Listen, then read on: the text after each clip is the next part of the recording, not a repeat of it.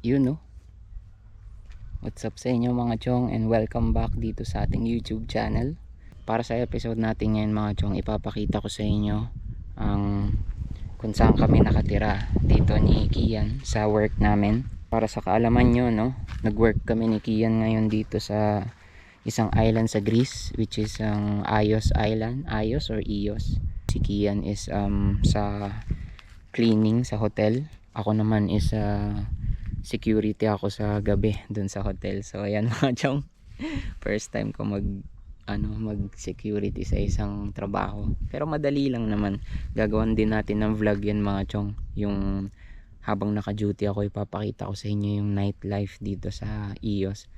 Dito sa napagtrabahuan namin, hindi libre ang tirahan namin mga chong. So ayan, naghanap pa kami ng matitirahan ni Kian dito kasi hindi kami nagkasundo nung employer namin sa tirahan, kuripot kumbaga. So ayan, kaya naghanap kami ni Kian dito ng pwedeng marentahan habang nagwo-work kami dito para sa summer season. Ayan, guess what mga chong, nahanap namin. Eto, boom. So yan mga chong, diyan kami nakatira ni Kian sa RV mga chong, camping van. Yan, tingnan natin, paikot. Ayan mga chong, may lokal dito, may nakausap kami ngayon, inoffer niya sa amin to, which is goods na presyo, kasama na yung kuryente tsaka tubig, kasi dyan lang yung bahay ng may-ari, katabi namin sila. Okay siya kasi may tulugan naman, may lutuan. Yung CR nga lang mga chong is nakahiwalay dito. Ayun, parang alam mo yan, probinsya style yan, yung maliit na bahay na yan. Yan ang CR namin ni Kian. Tapos yan, dito kami natutulog mga chong. Breaking Bad shit. Huwag kayo maingay mga chong. Titignan natin sa loob si Mr. White tsaka si Jesse Pinkman, nagluluto sila. Yo, Mr. White.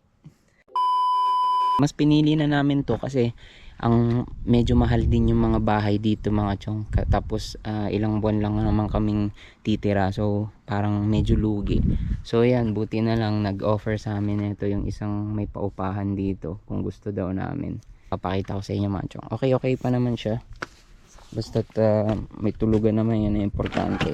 Sliding ko, medyo makalat lang mga chong kasi ayan so pagpasok mo dyan, may lutuan dito, electric na yan, may lababo dyan, may ref kami.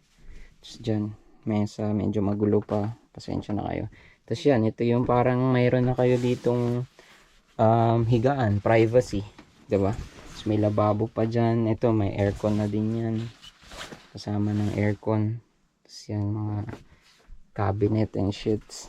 So ayan lang, kompleto naman ng kailangan namin dito mga chong, kaya okay na din. Importante naman may liguan ka tsaka may tulugan. Tapos nakatipid pa kami ng sobra mga chong, kasi ang mura lang ng bigay sa amin na ito ng may-ari.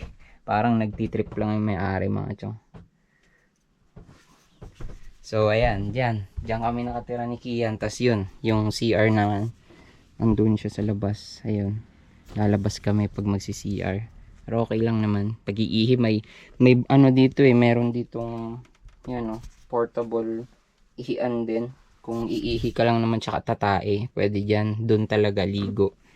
So ayan mga chong, dito kami nakatira ni Kian.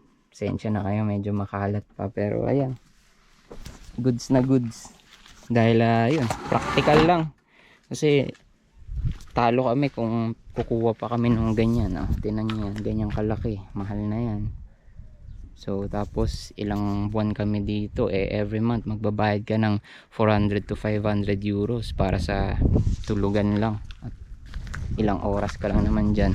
So yun, pinili na lang namin ganito na lang mga chong, diba? Para na kaming nagka-camping, nasa nasa wild, tapos naka camper van pa kayo, diba? Yo, Mr. White, tara bili tayo baby blue. Mr. White, Mr. White, di sumasagot, baka nagluluto. Hey yo, Mr. White. Yan, dyan kami nakatira ni Kian. Okay din. Kasi yun nga, para kami nag-camping, camping in the wild. Tapos yun nga, ang isa pang maganda is nakatipid kami sa pag-upa. Dahil, di ba? Sanay naman tayo, tumira nga tayo sa probinsya, parang probinsya lang din to eh. Ganito din ang setup sa province eh. So ayan, chill ka lang ganyan habang inaantay mo matapos yung luto ni Mr. White. So ayan, sa susunod naman na mga chong na vlog, papakita ko sa inyo yung paano yung trabaho ko dun as a night security. Papakita ko sa inyo yung mga nangyayari dun paggabi, mga crazy shit na nangyayari kasi maraming dito eh, parang buhay ang nightlife dito sa Ios Island mga chong. Kilala tong Ios Island para sa kanilang nightlife, kaya yun, papakita ko sa inyo kung ano yung nangyayari paggabi sa duty ko. Kasi kay Kian yun eh, medyo mahigpit kasi kasama niya yung amo namin, hindi siya makakapag vlog, so ako makakapag vlog ako kasi ako lang mag-isa dun paggabi. So papakita ko sa inyo mga chong, at least na experience din namin na tumira sa camper van para mag camping na araw-araw. Ayan, wag nga lang siguro umandar to no. Pag umandar to, dire-diretso kami do sa kabundukan. Gising ni Kian, nandun na siya sa nandun na siya sa bayan. O kaya siya, binuwat siya ng mga kambing diya kalabaw. Kaya pa, tahimik. Ako nga lang maingay dito. Wala kaming kapitbahay dito mga chong. Talagang kami, nasa out of nowhere, parang ganun. Malayo ka sa ingay ng city. Tingnan nyo naman, kung gaano katahimik dito. Damn. Diba? Buti nga tahimik yung mga ngayon mga chong eh, yung mga cricket. Grabe, isang pirasong cricket lang, sobrang ingay na eh. Yung chik chik chik ngayon, pag nagsabay-sabay sila yan, mga 10, 20 ganun, ang ingay din mga chong. Pero okay naman kasi parang nature feels, di ba? One with the nature ka. Mr. White, wala pa rin? Hey yo, tagal.